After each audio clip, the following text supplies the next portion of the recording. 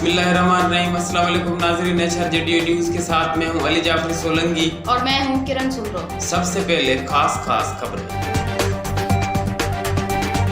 हुकूमत हटाओ मिशन में तेजी। BLP के सदर अख्तर मेंगल और अपोजिशन लीडर मियां शहबाज शरीफ की मुलाकात। तहरीक अदम एतमाद पर गुफ्तगू। मियां शहबाज शरीफ कहते हैं तहरीक अदम एतमाद पर मुकम्मल इत्तफाक और यकसोई है। तैयारी मुकम्मल करके हुकूमत से छुटकारा हासिल करेंगे।